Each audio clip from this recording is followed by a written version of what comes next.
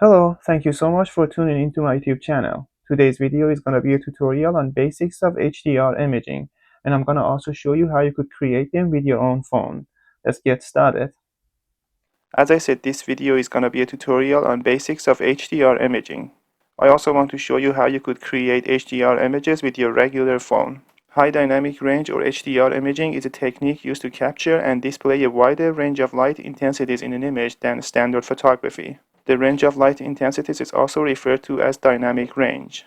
In a single photo, cameras may struggle to capture both bright and dark areas simultaneously, often losing details in either highlights, bright areas, or shadows, dark areas. HDR solved this problem by combining multiple exposures of the same scene to create an image that preserves detail across the full range of light. HDR imaging is a process that consists of a few stages. The first one is multiple exposures. In this stage, 3 images at different exposures are captured. The images are underexposed, normal exposure, and overexposed. The underexposed image captures detail in bright areas or in highlights. The normal exposure captures a balanced amount of detail. The overexposed image captures details in dark areas or in shadows. The second stage to take in HDR imaging process is image alignment. If the images were taken handheld or with a slight movement, alignment is necessary to ensure the images overlap perfectly. The third stage is HDR merging. The multiple exposures are combined by merging the pixel values from each image, retaining details in both bright and dark areas. And the last stage is tone mapping.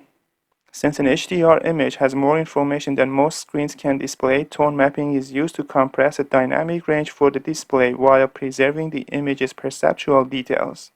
In the simplest terms, tone mapping is a process used to convert an image with a high dynamic range which contains a wide range of brightness values into an image with a lower dynamic range so that it can be properly displayed on standard screens or printed. There are key actions taken in tone mapping which are compressing the brightness, enhancing the contrast, and preserving the perception. In compressing the brightness, the very bright areas and very dark areas are compressed so that details in both the highlights and shadows are visible on a regular display.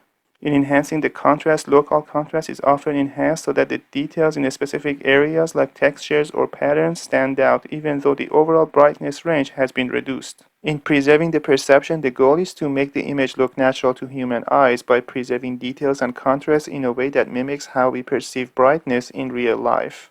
HDR imaging has a lot of applications in different areas such as photography, film, video, medical imaging, surveillance, and 3D rendering and games. Now let's do some experiment and see how we can use our regular phones to get HDR images. I have a regular iPhone 11 and I'm going to use it to take at least 3 images. One underexposed, one normally exposed, and the other overexposed. So to take the underexposed image, we lower the exposure time if possible to capture details in the bright areas. In the normally exposed image, we take a regular shot, and in the overexposed image, we increase the exposure to capture details in dark areas. During my experiment with HDR imaging using my cell phone, I noticed that the larger the number of photos you take, the better the results will be, especially after the tone mapping is applied. In other words, for the tone mapping to work properly, you need to pay attention to the number of images you take and also the exposure levels. Also, the exposure times that you use are very important. I did a few experiments. First, I took 3 images with exposure levels -EV, 0, and +1 EV. As you can see here, these are the 3 exposure levels that I set. The 0 EV is the regular shot, and -1 EV means just -1 below this regular shot, or the normal exposure, or just 0 EV, and EV stands for exposure value.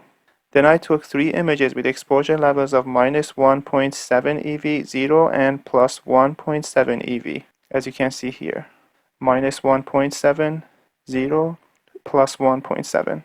The other photos were taken with 9 exposure levels of -2, -1.3, -1, -0.3, 0, 0.3, 1, and 1.3, and 2 EV. These are the images. So -2, -1.3, -1, -0.3, 0, 0.3, 1, 1.3, and 2. And this is the regular exposure. Same thing with this one.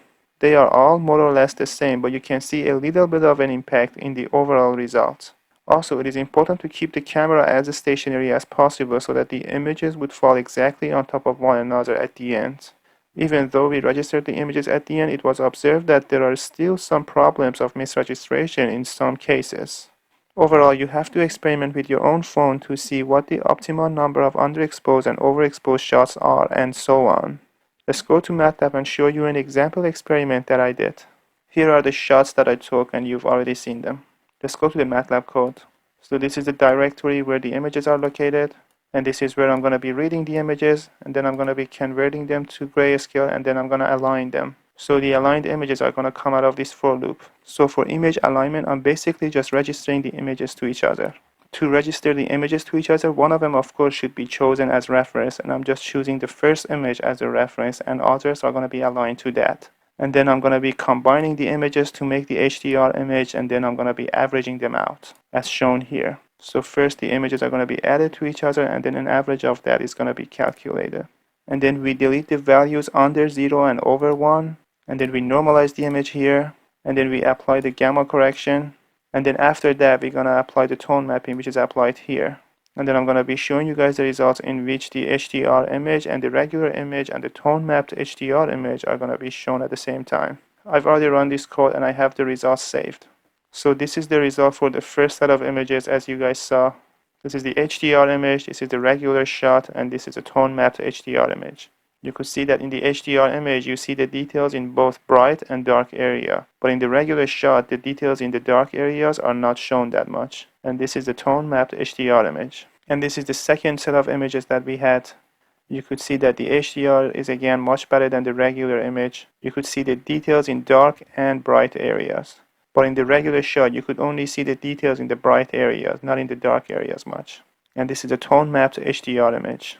And this is the third set of images.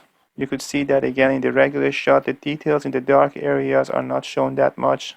But in the HDR image, the details in both dark and bright areas are shown very well. And this is the tone mapped HDR image. You could see that the image is blurry here, which might be because of the shaking that my camera had. I used a tripod to take these shots, but still there might be some shaking happening. And you could see that the registration process couldn't register the images very well either. So you have to be very careful to keep your camera as stationary as possible. And this is the last set of images. You could see that this is the regular image. The details in the dark areas are not shown that much. And this is the HDR image. You could see the detail in the dark areas very well. And the camera has not been shaking and the image is very sharp. And this is also the tone mapped HDR image.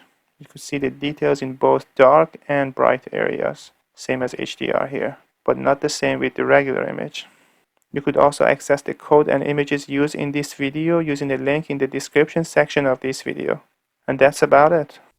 Thank you so much for watching this video. I hope you liked it and you were able to get something out of it. If you liked it, I would appreciate it if you could subscribe to my channel and also share the video with your friends. Thank you so much and have a nice day.